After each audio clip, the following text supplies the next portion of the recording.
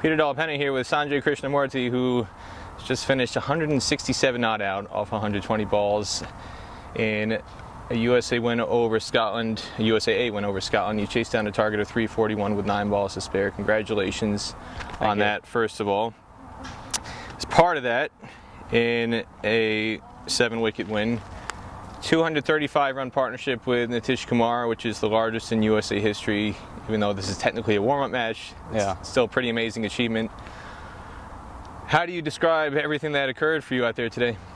Yeah, I think I told myself to go in with no expectations and not think that, oh, it's a selection game and try to score. What's been working well has been me just being positive throughout the season so far, and I've just continued doing that and backed my shots.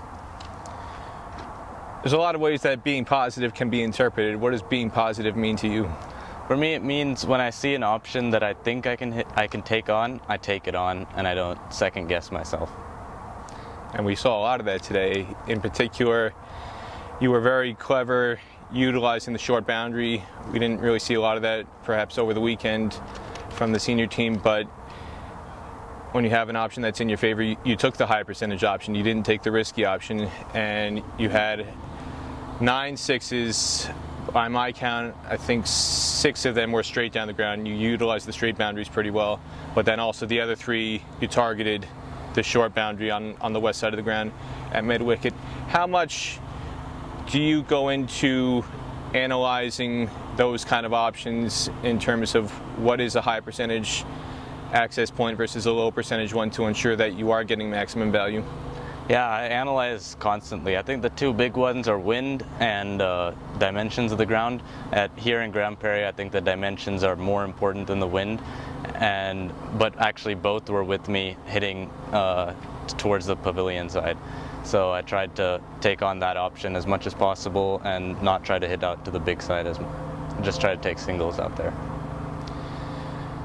Going back to this past summer when you were with the Unicorns in MLC and you had a press conference towards the end of the season, one of the questions I asked you that I thought was fascinating, especially in the context of today's innings, and I asked you about what you learned going to Australia and the things leading up to the second season of MLC, coming off a first season where you didn't get to play. And the thing that you said you focused on more than anything was fitness, working on your fitness and improving your fitness and your conditioning. Yeah. And you felt that had a big impact on your performances in MLC.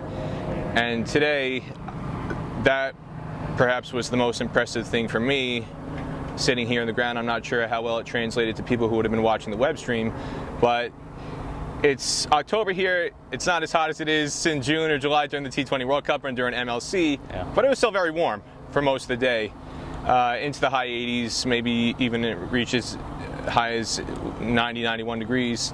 And I'm looking at you now, you don't really look like you're even sweating. You looked like you were totally comfortable out there. You never looked like you were running out of energy. What specifically about your fitness routine have you done to enable you to not just score runs, but be able to have the stamina to last like you did all the way to the end? Yeah, my training has always been both running as well as lifting weights, because I think cricket, you need the power to be able to clear the fences, but you also need to have the stamina to bat long. So high interval sprint sessions is what I've been mainly doing to keep my cardio fitness up. And that was obvious out there. Yeah, you looked like you were, again, running those singles easy, because again, it wasn't just the boundaries. You were doing a lot of running between the wickets as well, especially in that partnership with Nitish Kumar. Having a senior guy like him out in the middle, I don't think you've batted with him too much in your career. This might have been actually the first time you've batted with him. What was it about his presence that allowed you to have such quick chemistry?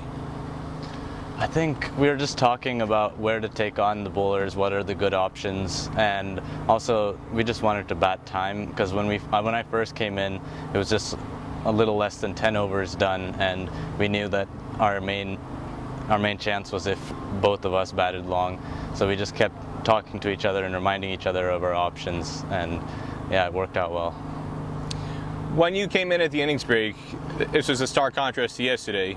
Nepal out for 81, Scotland makes 340. What was your takeaway from the way they batted in terms of the realistic chance of you chasing down a total like this?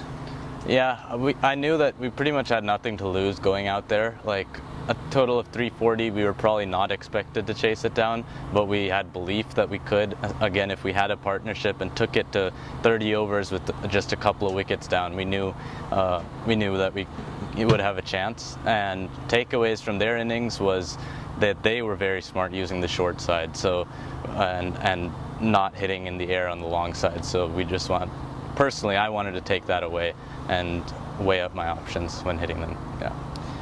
Another thing, upon reflection, that longtime observers of the USA squad might take away from your innings is, compared to when you debuted for USA in September 2021, that tour, the opportunities you got, it seemed like you were trying to play almost too many shots and you were impatient at times. And another thing, along with the fitness today, was the patience you had today, not overreaching or trying to do too much.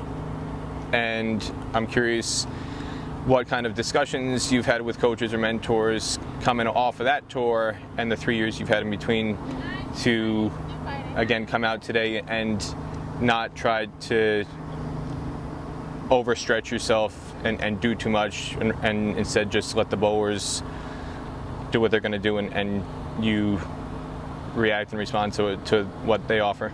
Yeah, I've done a bit of work on the mental side of the game, just being clear before every ball. But I'd say the biggest thing is actually that my six hitting now compared to 3 years ago is completely different.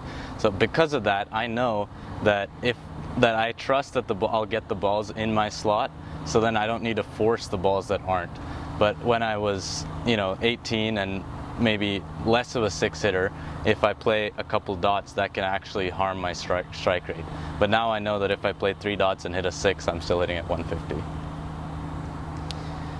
USA ODI squad was announced today while you were batting. You obviously would have gotten the notification, or lack of notification. You knew you weren't picked.